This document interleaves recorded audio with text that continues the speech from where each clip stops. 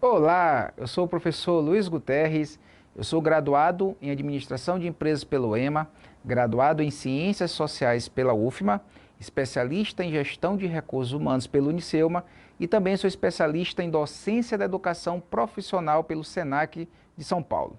Hoje nós vamos falar sobre os fundamentos teóricos da administração. Vamos lá?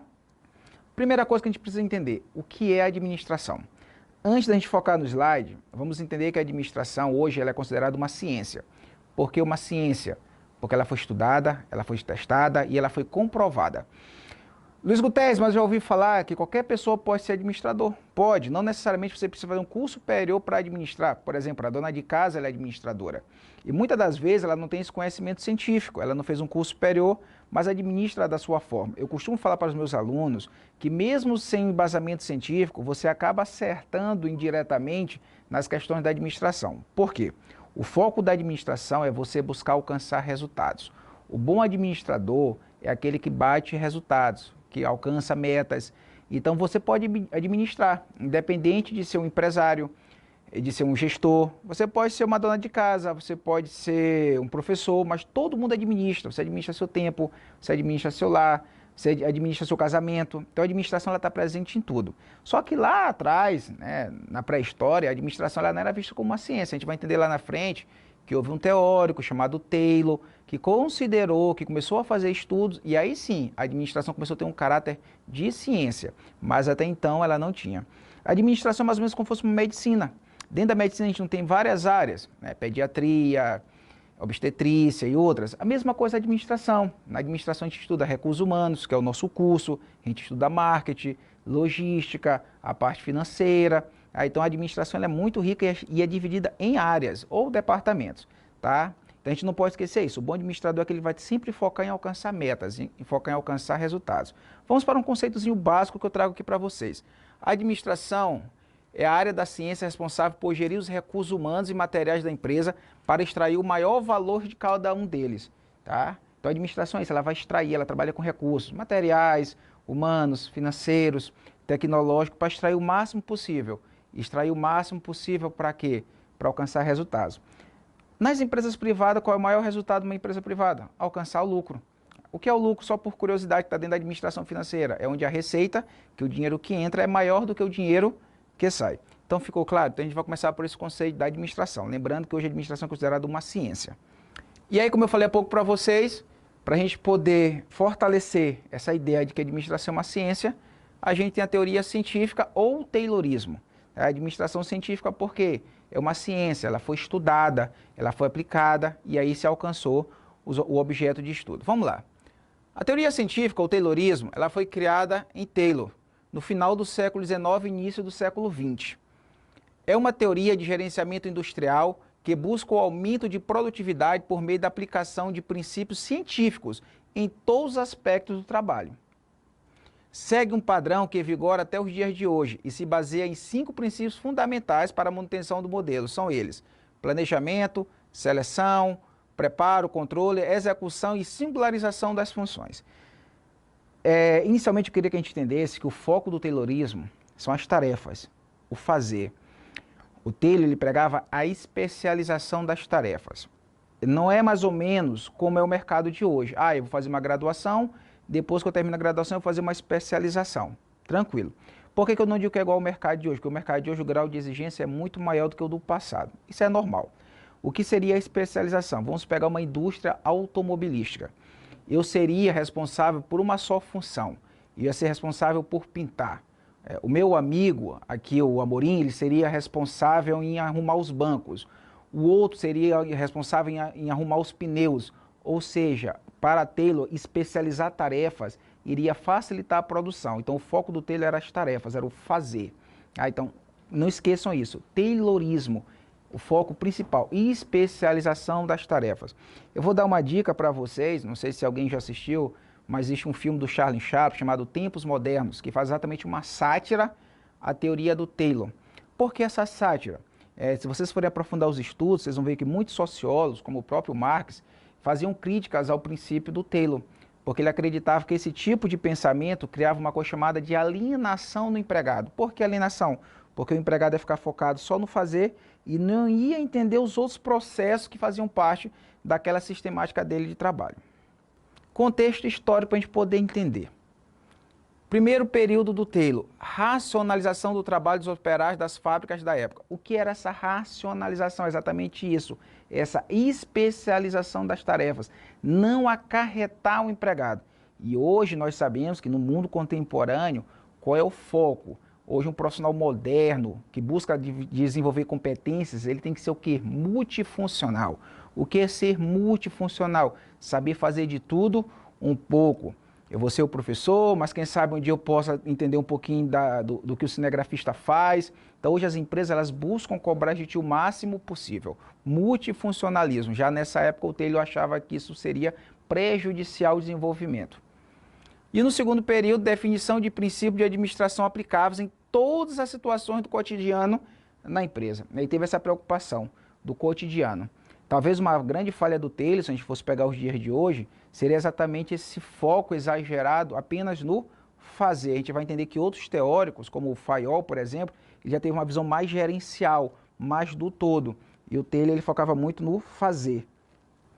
Vamos lá, o que eu falei para vocês.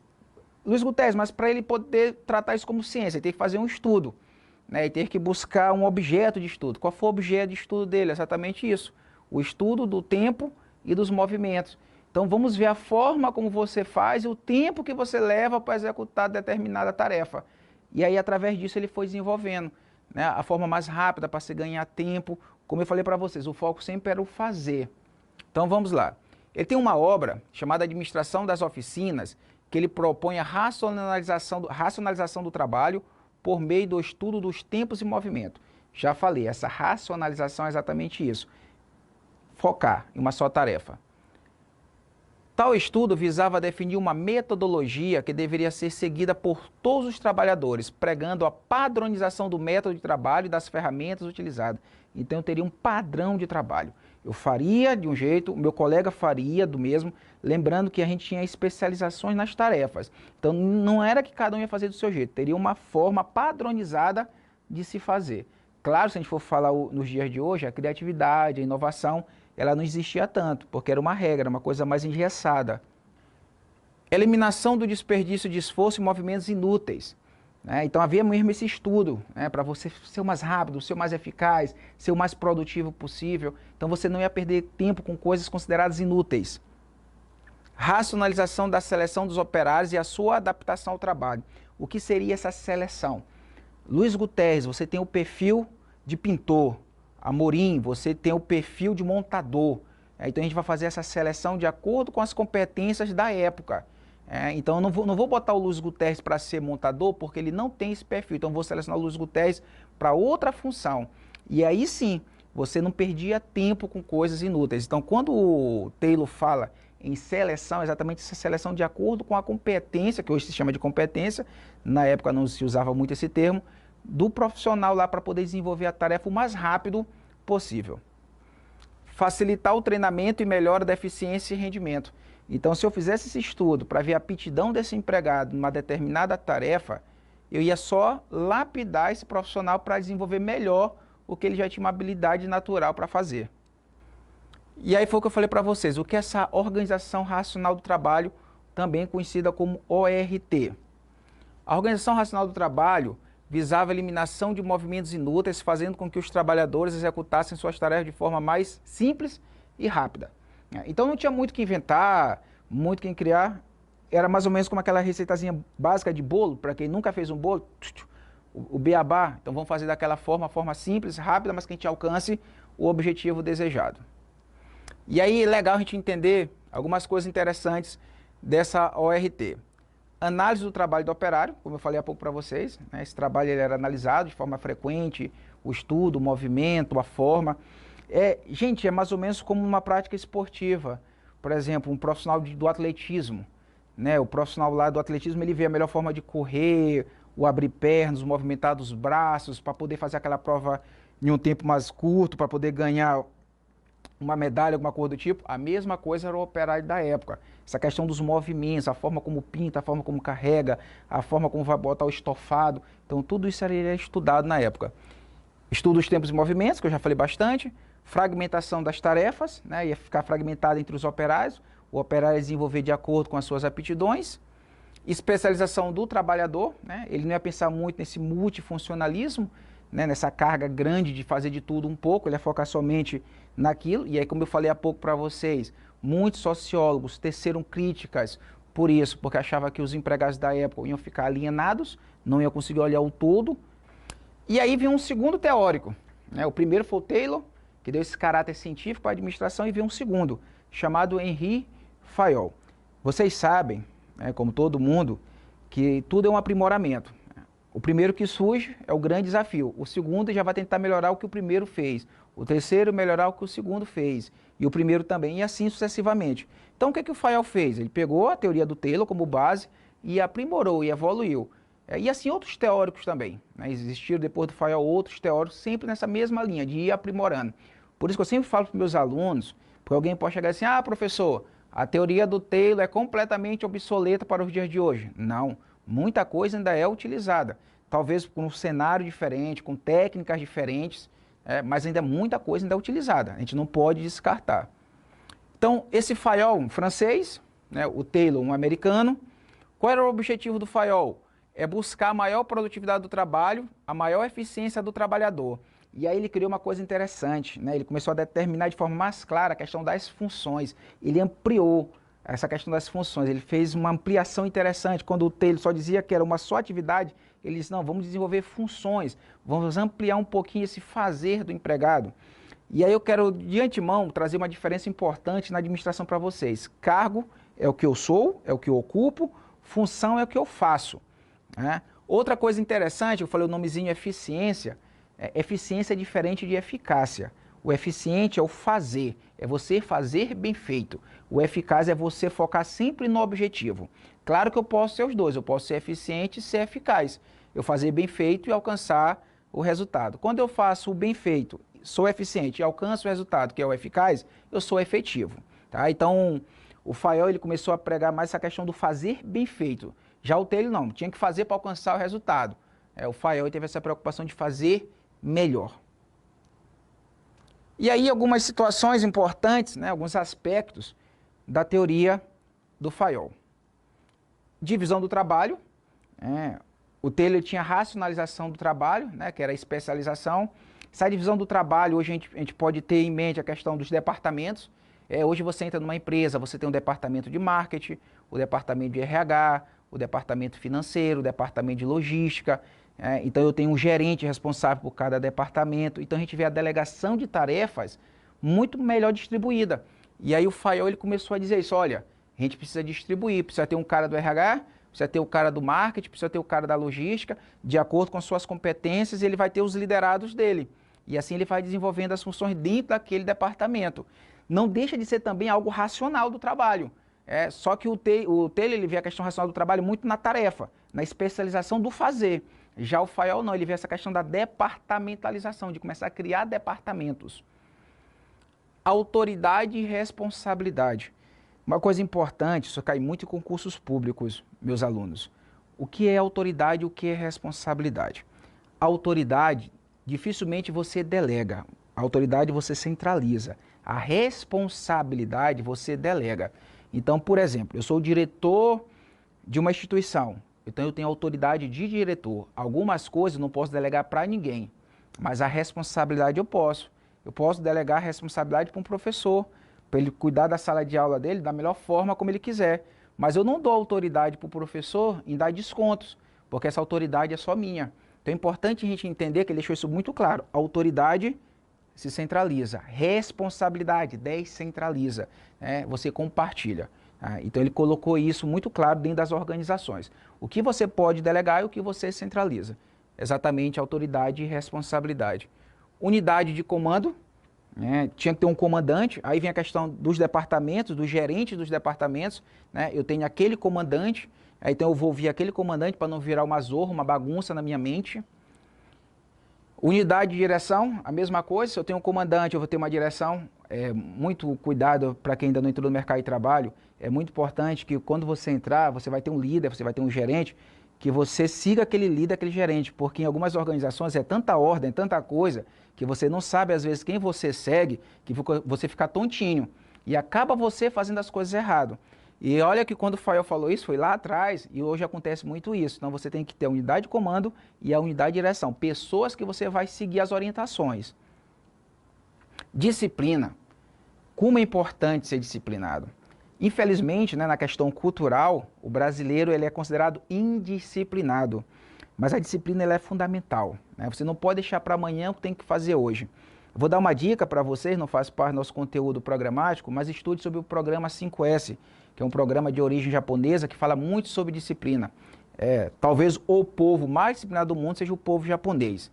Existe um antropólogo chamado Roberto da Mata que diz que o brasileiro ele tem um jeitinho para tudo. Inclusive ele criou uma obra chamada Jeitinho Brasileiro, né, que o brasileiro sempre tem um famoso migué. Mas só que a gente tem que perder isso, essa mania. Se eu tenho que fazer na sexta, eu vou e faço na sexta.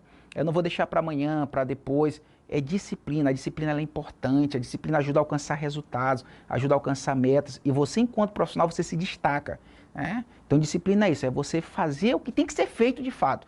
Não perder tempo, não postergar, não deixar para amanhã. E eu garanto para vocês, as pessoas que são disciplinadas, elas se tornam diferenciadas no mercado de trabalho. Vamos esquecer essa história de dar desculpas. Prevalência dos interesses gerais. O Fael acreditava que o meu interesse individual não poderia prevalecer no interesse do coletivo. O interesse do todo, o interesse da maioria, deveria prevalecer aos interesses individuais. Então, se eu, o Amorim, a nossa amiga aqui, intérprete de Libras, todo mundo concordou que deveria ser verde, não é só o desejo de alguém que disse, não, vai ser vermelho, que vai prevalecer. O da maioria tem que prevalecer. Isso aqui é muito interessante. Professor, mas o diretor, o gerente, ele quer a ideia dele. A maioria acha que não. A gente vai estudar lá na frente sobre lideranças. O líder democrático é esse que compartilha decisões, que aceita o que a maioria deseja. E eu garanto para vocês, se prevalecer o que a maioria quer, faz toda a diferença. Outro item importante, remuneração. A gente vai estudar lá na frente, entender que remuneração nos dias de hoje é salário mais benefícios. E a remuneração ela motiva o empregado. Se você tiver um bom salário, com benefícios, como plano de saúde, ticket alimentação, você vai ser motivado. Claro que na época do Faiol não se falava desses direitos trabalhistas que eu estou citando agora. Inclusive já tem até uma aula nossa já gravada sobre CLT, os benefícios eles motivam o empregado. Só que no Faiol da época o que era remuneração? Era você ter um bom salário. Né? Você receber um bom salário, receber em dias, que ia fazer toda a diferença para você. Centralização, como eu falei para vocês há pouco, algumas coisas deveriam ser centralizadas, né? Até para se ter uma organização melhor, uma unidade de comando, uma unidade de direção, porque se você descentralizar muito, pode virar bagunça. Tá? Então a gente vê que o Faiol tinha algumas preocupações interessantes, como divisão do trabalho, autoridade e responsabilidade, unidade de comando, unidade de direção, disciplina, prevalência dos interesses gerais, remuneração, centralização. Eu trouxe para vocês esses dois autores, tá? O Taylor e o Faiol, mas existem outros teóricos da administração, mas para a gente não esquecer, Taylor criou a teoria científica e Faiol a teoria clássica. E assim, a administração foi criando cada dia mais corpo. Para a gente poder fazer o nosso encerramento, eu quero reforçar, ratificar a importância de vocês ficarem em casa. Assistam nossas aulas, acompanhem a TV Educação, busquem o conhecimento é o caminho para o sucesso. E tenho certeza que em breve tudo isso vai terminar e vamos voltar presencialmente para nossas aulas. Meu muito obrigado.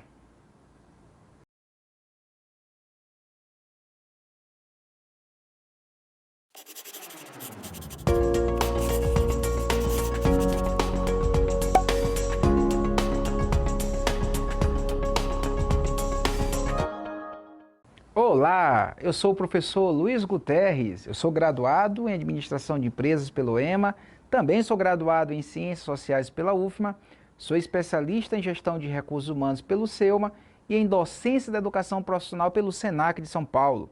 Dando continuidade às nossas aulas, vamos falar agora da disciplina Fundamentos Teóricos da Administração e Rotinas, parte 2. Vamos lá? Importante que a gente entenda o ciclo da administração. Existe um ciclo básico para se alcançar resultados, para se alcançar objetivos. Esse ciclo eu vou chamar ele de PODC. Né? Alguns chamam também de PDCA, mas eu vou focar no PODC. É que o sentido é o mesmo, o significado é o mesmo para ser aplicado dentro das organizações. É muito importante que vocês, que estão aí assistindo as nossas aulas do curso técnico em recursos humanos, vocês entendam que é importante entender essa teoria, mas principalmente o processo dela para se colocar em prática. Porque o bom profissional hoje ele tem que ter essas habilidades, habilidade teórica, que é esse conhecimento teórico que vocês estão recebendo aí na casa de vocês, mas também saber processar isso na prática, que seria a habilidade técnica. E claro, ter atitude, que é fazer. Porque às vezes eu tenho a teoria, eu sei que sei colocar na prática, mas acabo não colocando. Então vamos lá, vamos entender como é que funcionaria esse ciclo PODC na prática. O P significa planejamento. Turma, amigos, alunos, quando é que eu começo a planejar? Quando eu começo a pensar.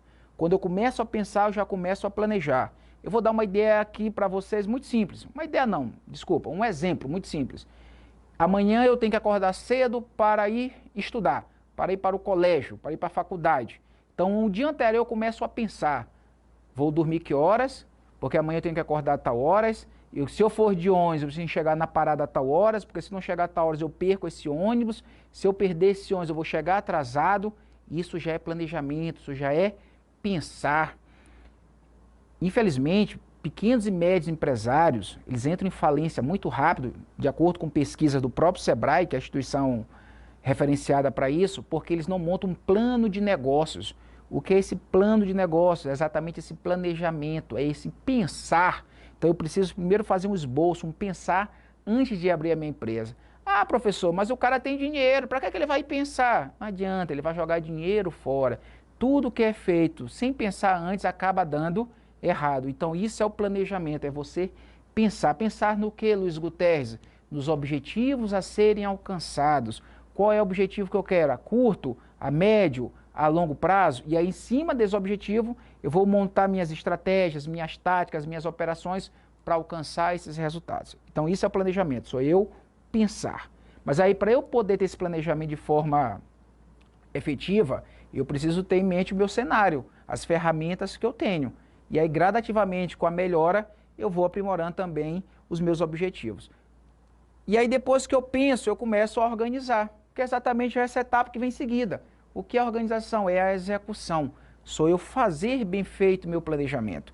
Lembrando de conceitos já estudados, uma boa organização é aquela que ela é eficiente e eficaz. O que é ser eficiente? É fazer bem feito. O que é ser eficaz? É alcançar o resultado. Então a organização ela tem que ser eficiente e eficaz, fazer bem feito, alcançar o resultado. Aí é uma organização que é efetiva. Lembrando que a efetividade é a soma de eficiência mais eficácia. E aí depois eu vou para a direção, né? Então eu já montei meu planejamento, já estou executando, mas eu tenho que saber os caminhos que eu vou seguir. Luiz Guterres, o caminho mais curto é o melhor? Não. Você tem que ter em mente qual é o caminho mais seguro. Nem sempre o caminho mais curto é o melhor. Existem empresas que elas passam 5, 6, 7 anos se preparando para inaugurarem, para despontar no mercado, porque elas estão escolhendo o caminho mais seguro. E principalmente agora nesse período de pandemia, a palavra segurança ela é muito forte, principalmente nesse ramo empresarial que nós estamos discutindo. E o controle? O que seria o controle? É você fazer uma análise contínua em relação às outras três. Analisar o que está certo, o que está errado. Professor, o que está certo eu deixo? Não, o time que está ganhando se mexe para ganhar demais. Né? Então meu time ali está ganhando, eu não vou falar qual é o meu time, mas meu time só vive ganhando. Então quando ele está ganhando ali, é bom mexer para ganhar demais. Não é à toa que é o atual campeão da Libertadores. E aí o que não está dando certo, o que, que se faz quando não está dando certo? Você muda para ficar bom. Ou seja, o que é bom fica melhor e o que é ruim fica bom. Isso é a função controle. Vamos esquecer um pouquinho esse ditado que time que está ganhando não se mexe para ganhar demais. Por isso que muitas empresas faliram, por ter esse pensamento. Então, beleza, turma, ficou claro? PODC.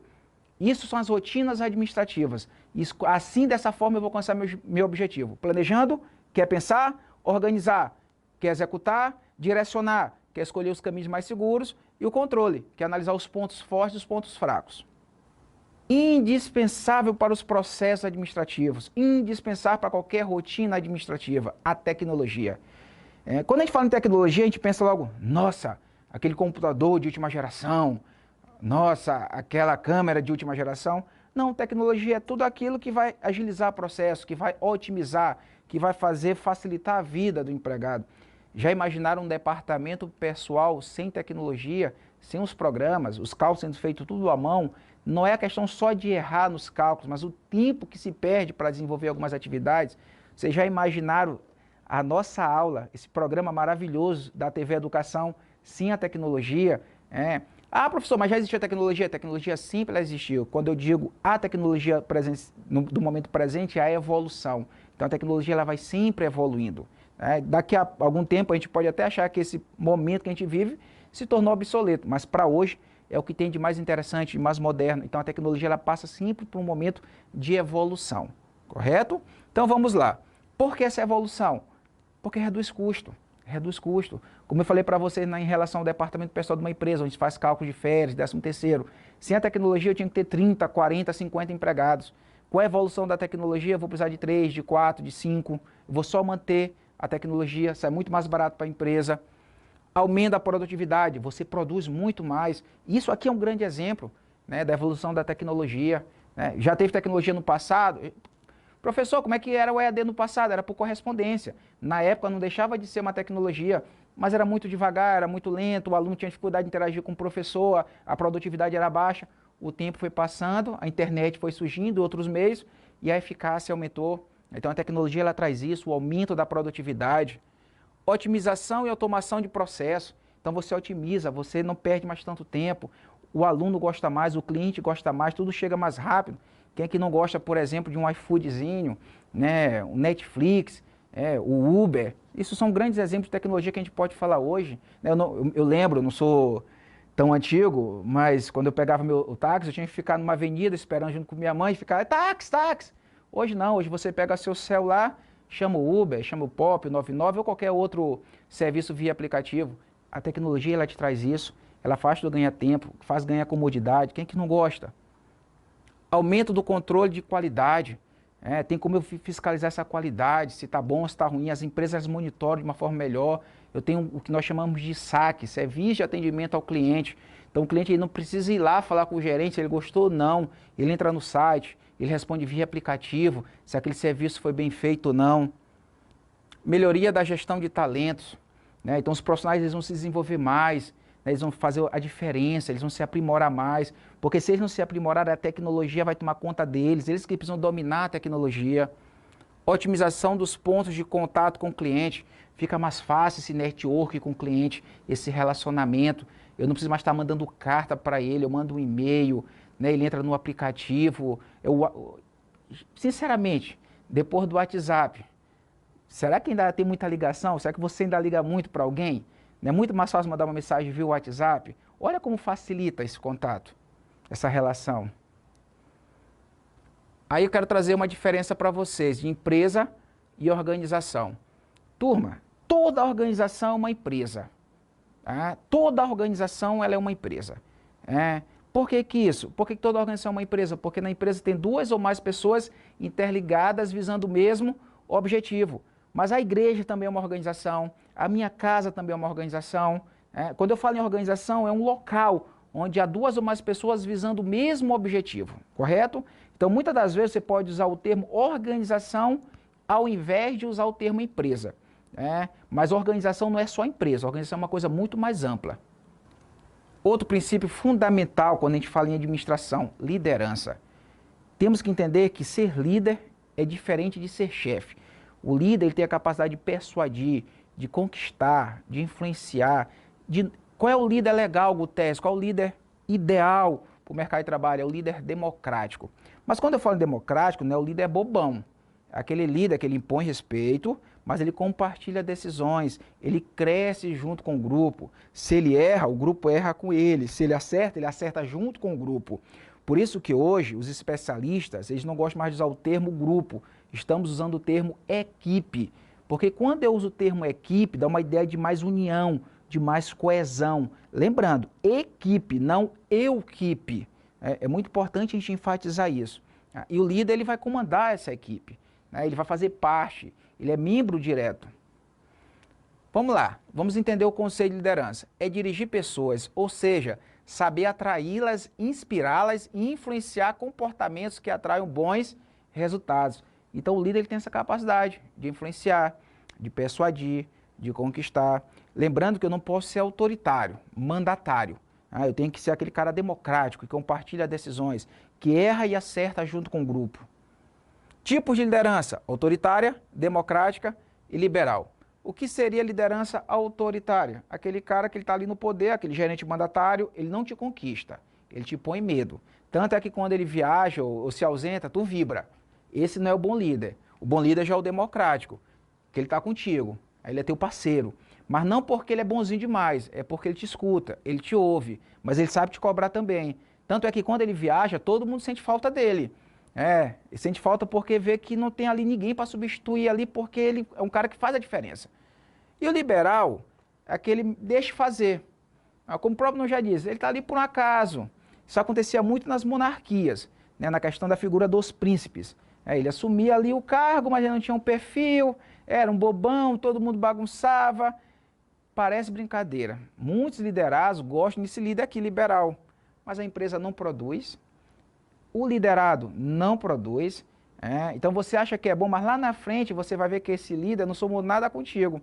É mais ou menos em sala de aula, né? Nós sabemos que tem vários perfis de docentes, mas normalmente o aluno gosta muito daquele professor que só passa ele de ano. Mas lá na frente ele vai ver que esse professor não ajudou muito ele. Por quê? Porque vai chegar no mercado de trabalho, ele não aprendeu, não vai passar numa entrevista de emprego, num teste. Então o líder, ele cresce junto com o liderado. Então, Luiz Guterres, modelo ideal de liderança para as empresas, liderança democrática, aquela que compartilha decisões. Outra ferramenta importante hoje para as organizações, motivação. Meus amigos, inteligência é importante, mas você tem que ir além da inteligência, você tem que ser motivado. O que é motivação? Motivar para uma ação, motivar para os objetivos a serem alcançados.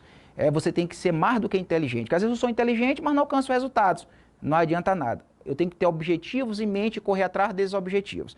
Então isso é motivação, é uma força que aciona e direciona o comportamento. Motivação é uma energia que aciona e direciona o comportamento. Vou dar um exemplo aqui bem simples. Eu estou com sono, eu durmo. Quando eu durmo, eu descanso. Por que eu dormi? Porque eu estava com sono, eu tinha um motivo. Então, quando você tem motivo, você tem motivação. E garanto para vocês, eu enquanto especialista na área de recursos humanos, hoje, o grande diferencial de um bom profissional é ser motivado, é ter objetivos em mente e correr atrás. Para fortalecer um pouquinho isso que nós estamos falando, eu escolhi um teórico chamado Maslow. O Maslow ele criou uma pirâmide, chamada Pirâmide das Necessidades Humanas. São 5 necessidades: fisiológicas, segurança, sociais, autoestima e autorrealização. De baixo para cima. Lembrando que essas necessidades elas são chamadas necessidades hierárquicas das necessidades humanas. Por que necessidades hierárquicas? Porque ela vai obedecer uma ordem. E essa ordem eu tenho que seguir de baixo para cima. Primeiro fisiológica, depois segurança, social, autoestima e autorrealização, de uma forma bem sintética, para vocês entenderem. O que seriam necessidades fisiológicas? São aquelas necessidades essenciais para a sobrevivência do homem, básicas, ou seja, o ser humano não pode viver sem elas. Comer, beber, dormir. Então, com sono você está motivado? Com fome você está motivado? Já imaginou 2 horas da tarde você sem almoçar? Não tem... professor, mas eu vou fazer um concurso agora, eu estudei o ano todinho, mas vai fazer esse concurso com fome, para te ver se não te atrapalha. Então as necessidades fisiológicas são essas, são as básicas, as essenciais.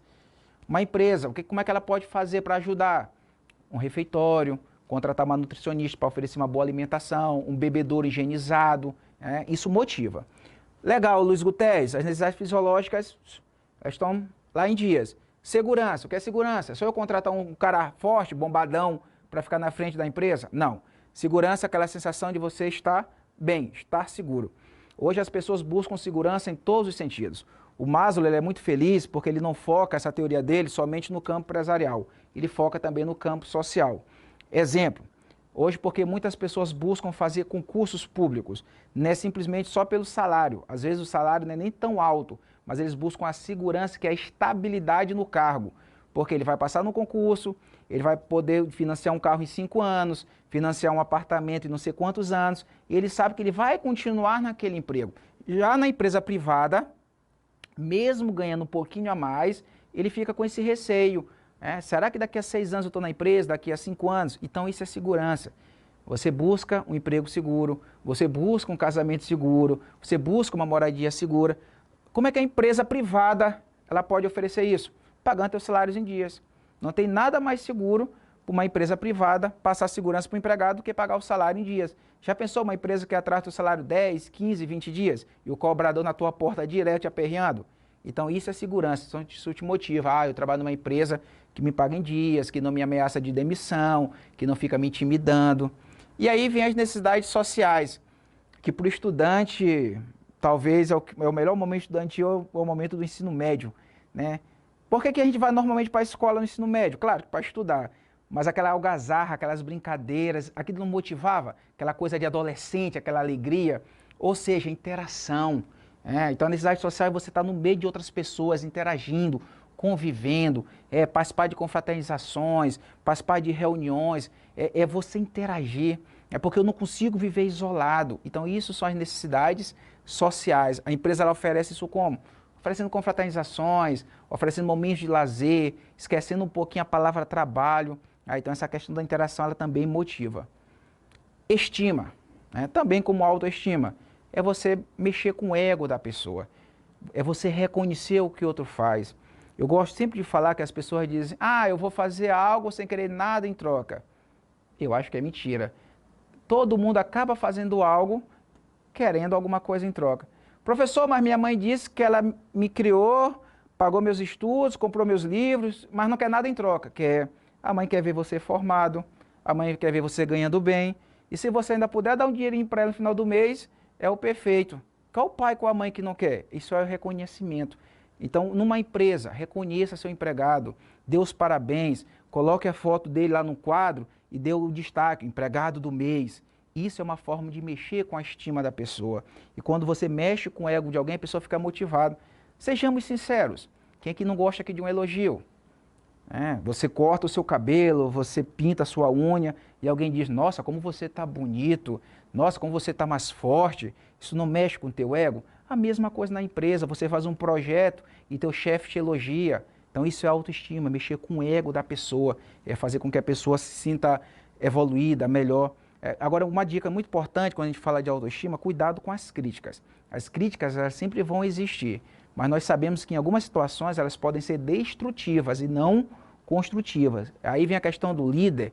O líder tem que ser muito inteligente, muito cauteloso em passar críticas. Uma dica importante, um dia que você ocupar um cargo de liderança, não critique alguém na frente dos outros, chame e converse. E por fim, a última necessidade do Maslow, a de autorrealização. E aí o Maslow ele é muito feliz porque ele diz que nunca o indivíduo vai estar 100% realizado. Ou seja, ele vai alcançar algo, mas depois ele vai renovar esse desejo e vai querer outras coisas. Pegando a questão do campo financeiro. Hoje você não trabalha e arrumou um emprego para ganhar um salário mínimo. Nossa, que maravilha. Eu não ganhava nada, agora eu estou ganhando salário mínimo. Mas depois de 6, 7 meses, você sente a necessidade de quê? De ganhar mais, e assim sucessivamente. Eu vou dar um exemplo no mundo esportivo, que eu acho que, por mais que você não goste de futebol, mas todo mundo acompanha, jogador de futebol lá dos grandes times, um salário muito bom. Vamos lá, tem um jogador de futebol que ganha 100 mil por mês. Nossa, ele estava ganhando 15 mil, começou a ganhar 100 mil, muita coisa. Mas depois de um tempo ele vai para a África, ele vai para a Ásia, ele vai para qualquer lugar para ganhar 1 milhão por mês. Porque 100 mil só era muito quando ele ganhava 15, 10. Quando ele começou a ganhar 100 mil, ele sentiu a necessidade de ganhar mais. Eu não tenho um carro, vou comprar meu carro, realizei meu sonho, comprei meu carrinho popular. Mas depois de 2, 3 anos tu quer trocar esse carro e comprar um carro melhor. O sonho da casa própria. Mas eu comprei minha casa própria num bairro periférico, que não é muito legal, que é meio perigoso. Pô, se eu puder ir para um bairro melhor, não vai ser mais interessante? Vai. Porque você nunca vai estar 100% realizado. Então o Maslow é muito feliz. Então não esqueçam, essa é a pirâmide das necessidades hierárquicas motivacionais de Maslow. Então isso aqui é muito importante quando a gente fala em administração. Liderança e motivação andam juntas. E por fim eu quero deixar essa frase aqui para vocês. A persistência é o caminho do êxito. Charles Chaplin. Não desistam. Persistam. Errei uma vez? Vá, tenta de novo que você Consegue. E por favor, fique em casa.